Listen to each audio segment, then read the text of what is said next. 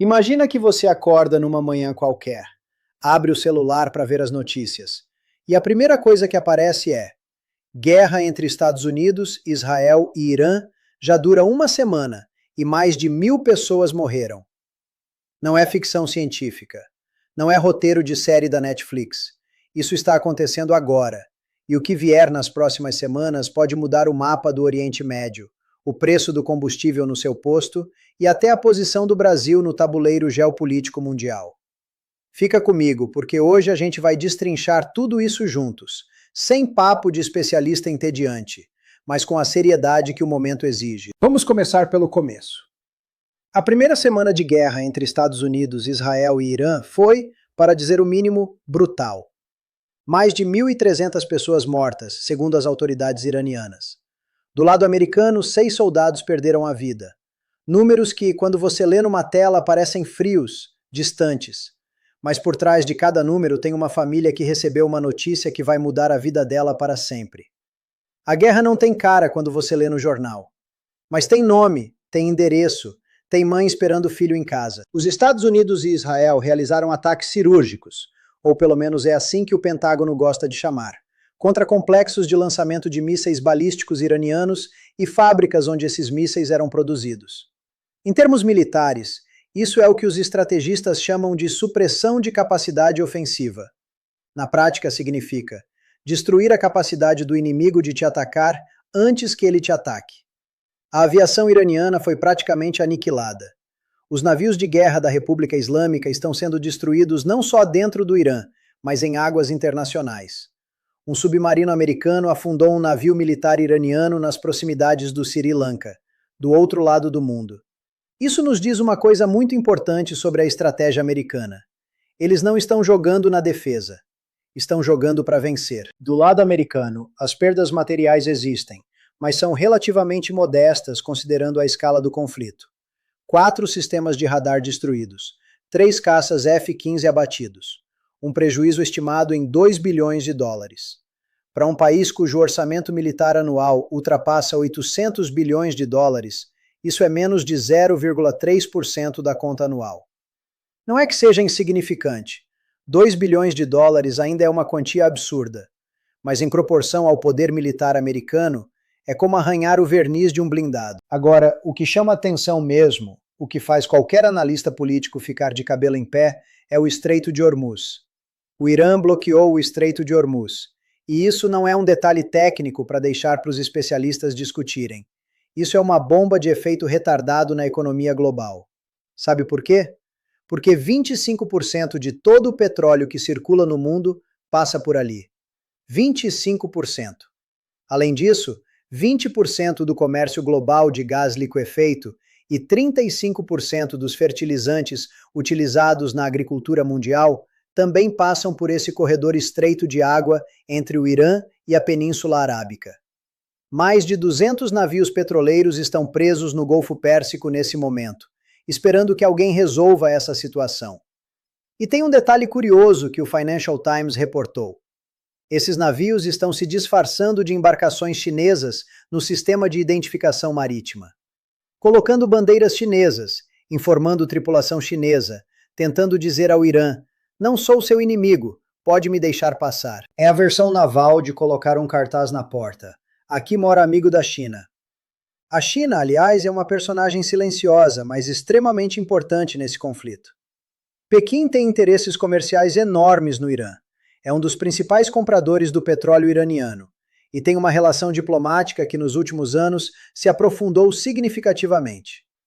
O fato de navios ocidentais estarem se passando por chineses nos diz que o nome da China ainda serve como um escudo diplomático na região. E isso vai ter consequências, como a gente vai ver mais para frente. Enquanto os navios ficam parados e o petróleo não chega, os economistas já estão calculando o impacto. Um choque de oferta de petróleo nessa escala pode disparar os preços do combustível no mundo inteiro em questão de semanas. Países que dependem de importação de petróleo, e o Brasil importa parte significativa do petróleo que consome, vão sentir isso no bolso. O preço da gasolina, do diesel, do querosene de aviação, tudo isso está conectado a essa janelinha de água no Oriente Médio. É a globalização na sua face mais cruel. Uma guerra que começa a 10 mil quilômetros daqui pode encarecer o frete do caminhão que leva comida ao supermercado da sua cidade. Para tentar conter essa bomba econômica, o governo americano tomou uma decisão que, 2 anos atrás, seria impensável. Afrouxou sanções sobre o petróleo russo. Isso mesmo, os Estados Unidos, que lideraram o esforço global de isolar economicamente a Rússia por causa da guerra na Ucrânia, abriram uma exceção para que a Índia continue comprando petróleo russo. E estão cogitando ir além, liberando outros tipos de petróleo russo que estavam sob embargo. Há centenas de milhões de barris de petróleo russo no mar, em navios que tecnicamente não podem descarregar em nenhum porto ocidental por conta das sanções. Levantar essas sanções significaria injetar um volume enorme de petróleo no mercado global de uma vez só. É o mundo se revirando ao contrário. A geopolítica é assim. Os inimigos de ontem viram a solução emergencial de hoje quando a situação aperta. Mas aí surge uma informação que complica tudo ainda mais. O Washington Post reportou que a Rússia está passando informações de inteligência ao Irã, para que os iranianos possam direcionar ataques contra tropas americanas. Em linguagem clara, a Rússia está ajudando o Irã a matar soldados americanos. Quando um repórter perguntou isso a Donald Trump diretamente, a resposta foi, no mínimo, desconcertante. Trump chamou a pergunta de estúpida e disse que era um problema pequeno diante do que estão lidando. Pode ser que Trump saiba de algo que nós não sabemos. Pode ser que essa questão esteja sendo tratada em canais diplomáticos secretos. Mas também pode ser que o presidente americano simplesmente não queira abrir outra frente de conflito com Moscou, enquanto ainda está tentando resolver o Oriente Médio. De qualquer forma, essa triangulação Rússia, Irã e Estados Unidos é uma das histórias mais perigosas que estão rolando por baixo dos panos agora. Voltando ao campo de batalha, a semana também foi marcada por algo que vai além dos ataques americanos e israelenses.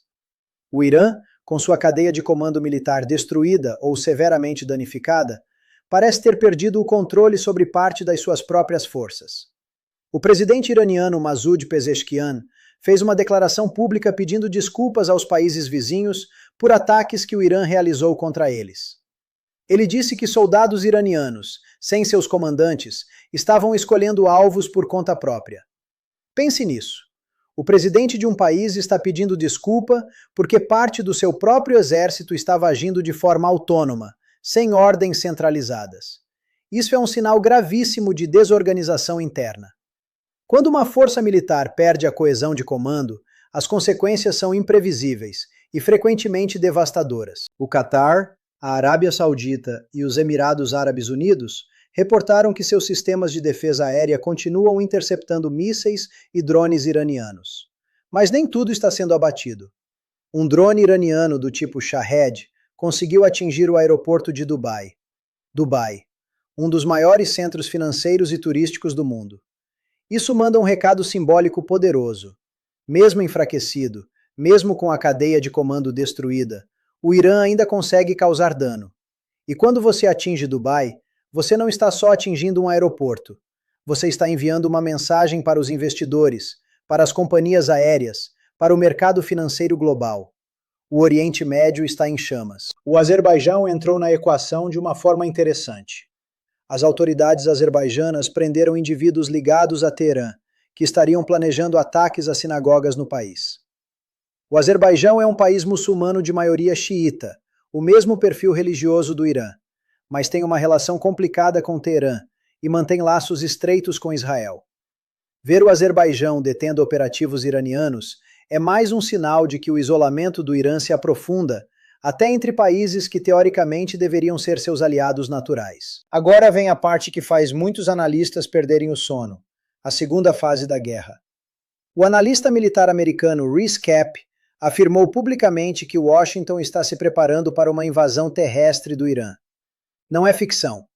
Os ataques dos últimos dias às posições de polícia e milícias iranianas no norte do país seriam, segundo essa análise, preparação para abrir caminho a formações curdas do Iraque que avançariam pela fronteira. Já circulam na internet imagens de veículos militares leves sendo reposicionados perto da fronteira iraquiana-iraniana. Os Estados Unidos estão enviando um terceiro porta-aviões para a região. e o Pentágono retirou a famosa 82ª Divisão Aerotransportada dos exercícios militares. E quando você tira a 82ª de um exercício, só existe uma razão possível para isso. Você está pensando em usar ela de verdade. Donald Trump, horas antes dessa análise ser publicada, fez uma declaração que deixou pouca margem para interpretação. Disse que o Irã vai receber o golpe mais duro de toda a guerra e que estão sendo consideradas opções que antes não estavam sobre a mesa, incluindo alvos e populações que até então estavam fora do escopo dos ataques.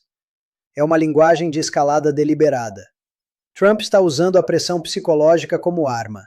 Pode ser blefe, pode ser estratégia de negociação para forçar o Irã a pedir um cessar-fogo. Mas também pode ser literal. E nessa região, nesse momento, a diferença entre blefe e realidade pode ser questão de horas. E enquanto os canhões falam, a guerra da informação também está a todo vapor. A conta oficial da Casa Branca no X, o antigo Twitter, publicou vídeos misturando imagens reais de ataques ao Irã com cenas do jogo GTA. Outro vídeo misturava imagens de guerra com jogadas de futebol americano. Isso não é acidente, é uma estratégia comunicacional deliberada. Gamificar o conflito, torná-lo palatável, até divertido para uma audiência que cresceu jogando videogame. É profundamente perturbador quando você para pensar, porque do outro lado, pessoas estão morrendo de verdade. E do lado iraniano, as mídias pró-governo publicaram imagens de um suposto porto de cargas destruído em Tel Aviv. Só que Tel Aviv não tem porto de cargas desde 1965. O porto foi fechado há 60 anos. O vídeo era gerado por inteligência artificial. Desinformação fabricada com precisão para uma audiência que vai compartilhar sem checar. Agora vamos ao que me parece ser a pergunta que todo mundo quer responder, mas poucos têm coragem de fazer diretamente. O Irã vai perder essa guerra? A resposta honesta é: militarmente, o Irã já está perdendo. E perdendo de forma severa. A aviação foi destruída. A marinha está sendo eliminada sistematicamente. A cadeia de comando foi decapitada pelos ataques americanos e israelenses. A capacidade de lançar mísseis balísticos foi seriamente comprometida. Do ponto de vista de poder militar convencional, o Irã não tem como competir com a combinação dos Estados Unidos e Israel. Isso é uma realidade objetiva, não uma opinião. Mas, e esse mas é enorme, guerra não é só militar. Guerra é política. Guerra é resistência. Guerra é quanto uma população aguenta. O Irã tem uma história milenar de resistência a invasores. Já foi conquistado pelos gregos, pelos árabes, pelos mongóis, pelos russos. E no século XX, sobreviveu a uma guerra brutal de 8 anos contra o Iraque, financiado pelo Ocidente, onde o país perdeu talvez 1 milhão de pessoas. A memória coletiva iraniana é moldada por séculos de resistência ao estrangeiro. Uma invasão terrestre americana no Irã não seria uma passagem triunfal. Seria, muito provavelmente, um pesadelo de guerrilha urbana em cidades de milhões de habitantes, numa geografia montanhosa e hostil que o exército americano teria extrema dificuldade de controlar. Além disso, o Irã tem cartas que ainda não jogou. O Hezbollah no Líbano, apesar de enfraquecido, ainda existe. O Hamas em Gaza continua operando. As milícias pró-Irã no Iraque e na Síria são forças significativas. E o Irã mantém capacidade de atingir infraestrutura de energia em todo o Golfo Pérsico, o que seria catastrófico para a economia global. Se o Irã apertar o botão de máxima destruição antes de cair, o preço que o mundo vai pagar será altíssimo. Minha hipótese pessoal é que estamos caminhando para um cenário híbrido. Os Estados Unidos e Israel vão alcançar objetivos militares significativos, possivelmente incluindo a destruição completa do programa nuclear iraniano, que é o objetivo declarado. Mas uma invasão terrestre total do Irã parece excessivamente arriscada até para a administração Trump, que terá que responder ao Congresso e à opinião pública americana. A memória do Iraque e do Afeganistão ainda é muito viva nos Estados Unidos para que haja apetite para outro pântano. O mais provável, no meu entendimento, é que o conflito chegue a um ponto onde o Irã esteja suficientemente enfraquecido para aceitar um acordo negociado, possivelmente com a mediação da China ou de países do Golfo, que implique o fim do programa nuclear, algum nível de desmilitarização e provavelmente uma mudança no equilíbrio de poder interno no país. Quanto tempo isso vai levar? Estamos falando de meses, não de semanas. E as próximas 3 a 4 semanas vão ser decisivas. Se os Estados Unidos realmente lançarem uma operação terrestre, o conflito entra numa fase completamente diferente e imprevisível. Se o Irã aceitar algum canal de negociação, podemos ver uma desescalada ainda no primeiro trimestre. Mas se o Irã decidir pela resistência máxima e a Rússia continuar fornecendo inteligência, o cenário se complica enormemente. E agora, chegamos ao Brasil, porque aqui é onde a análise se torna mais pessoal para nós. O Brasil mantém relações diplomáticas com o Irã há décadas. Nos anos do governo Lula, o primeiro Lula, entre 2003 e 2010, o Brasil chegou a tentar mediar negociações nucleares entre Irã e Ocidente, assinando a famosa Declaração de Teherã em 2010, junto com a Turquia, numa tentativa de criar uma solução diplomática que os americanos acabaram rejeitando. O Brasil sempre defendeu o multilateralismo, a resolução pacífica de conflitos, e foi historicamente crítico de intervenções militares unilaterais. Isso nos coloca numa posição delicada agora. De um lado, o Brasil tem relações comerciais importantes com os Estados Unidos. Os Estados Unidos são um dos maiores parceiros comerciais do Brasil, destinatários de produtos agrícolas, manufaturas, petróleo. A relação com Washington é estrutural para a economia brasileira. Do outro lado, o Brasil faz parte do BRICS, o bloco de economias emergentes que inclui Rússia, China, Índia, África do Sul, e que recentemente expandiu com a inclusão do Irã. Isso mesmo, o Irã é membro do BRICS. O Brasil está num bloco do qual o Irã também faz parte, enquanto os Estados Unidos bombardeiam o Irã. Isso cria um dilema diplomático de primeira grandeza. O governo Lula vai ter que navegar com muito cuidado entre não alienar os americanos, de quem precisa economicamente e diplomaticamente, e não abandonar completamente a posição histórica do Brasil de defesa da soberania nacional e resolução pacífica de conflitos. Já dá para perceber a tática. O Itamaraty deve continuar pedindo cessar-fogo imediato, diálogo entre as partes, respeito ao direito internacional. São palavras que dizem muito pouco e com as quais ninguém consegue brigar. É diplomacia de sobrevivência. Não toma partido, não fecha a porta. Mas há uma dimensão econômica concreta que vai pressionar o Brasil independentemente da posição diplomática. Se o Estreito de Hormuz permanecer bloqueado por semanas, o preço do petróleo vai subir. O Brasil produz petróleo, é um grande produtor mundial, especialmente pelo pré-sal, e tem até interesses no curto prazo num petróleo mais caro, porque aumenta a receita da Petrobras e do governo federal.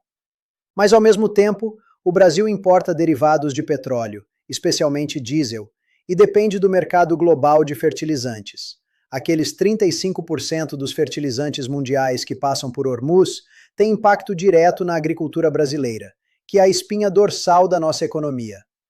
Um choque nos fertilizantes significa custos mais altos para o agronegócio e, eventualmente, preços mais altos nas prateleiras dos supermercados. Há também a questão do relacionamento com o Irã pós-guerra, seja qual for o resultado. Se os americanos alcançarem seus objetivos e o regime atual for substituído, seja por um governo mais moderado, seja por algo completamente diferente, o Brasil vai precisar reposicionar suas relações com Teherã. O comércio bilateral entre Brasil e Irã não é enorme, mas existe, especialmente no setor agrícola. O Brasil exporta carne bovina, frango, milho, açúcar para o Irã. Um Irã diferente pode ser um mercado ainda maior, ou pode ser um caos que interrompe completamente essas relações por anos. E tem um elemento que poucos estão discutindo: a comunidade iraniana no Brasil. O Brasil tem uma das maiores diásporas iranianas da América Latina. Há iraniano-brasileiros integrados em todos os setores da sociedade brasileira: medicina, academia, comércio, tecnologia. Essa comunidade está assistindo de longe uma guerra no país de origem de seus pais e avós. Esse é um peso humano que não aparece nas análises geopolíticas, mas que é real e profundo. Deixa eu fazer uma reflexão final, mais ampla. O que essa guerra nos diz sobre o mundo em que estamos vivendo? Ela nos diz que a era das regras claras acabou, se é que algum dia existiu. O sistema de segurança coletiva que foi construído depois da Segunda Guerra Mundial, com o Conselho de Segurança da ONU como árbitro final, está efetivamente inoperante. Quando as grandes potências decidem agir militarmente, a ONU se torna um palco para discursos, não um instrumento de contenção.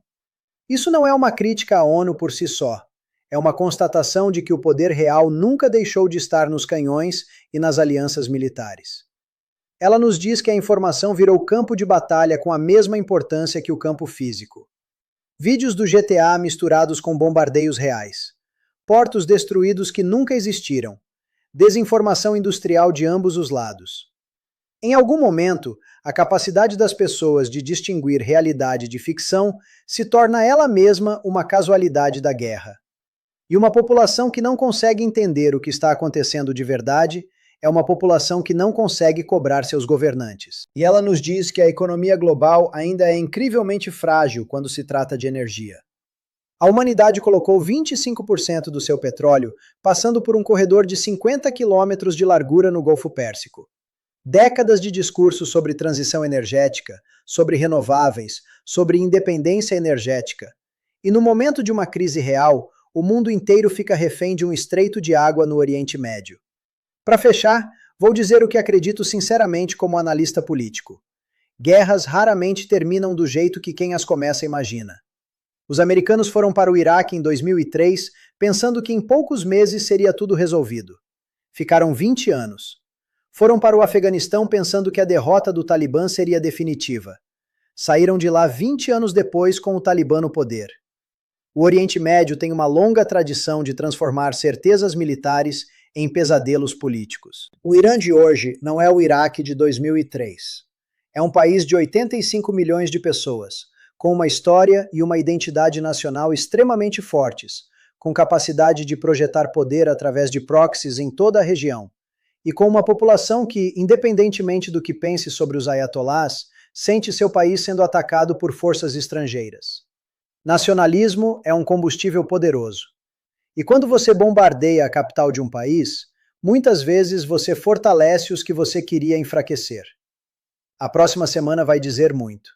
Se os Estados Unidos lançarem uma operação terrestre, o conflito entra numa dimensão que nenhum manual militar consegue prever com certeza. Se a diplomacia encontrar uma janela, e há sinais, com o presidente iraniano pedindo desculpas aos vizinhos de que alguém em Teherã ainda quer uma saída, pode ser que o mundo respire um pouco mais. Mas o mundo de antes dessa guerra, seja lá o que isso signifique, já não existe mais. O Oriente Médio nunca mais vai ser o mesmo. As relações entre as grandes potências nunca mais vão ser as mesmas. E o Brasil, queira ou não, vai ter que escolher seus caminhos com mais clareza do que gostaria. Porque no mundo que está emergindo dessa guerra, ficar em cima do muro vai ser cada vez mais difícil e cada vez mais caro. Eu sou Marcelo Rocha, isso foi Análise Política, sem filtro e sem eufemismo.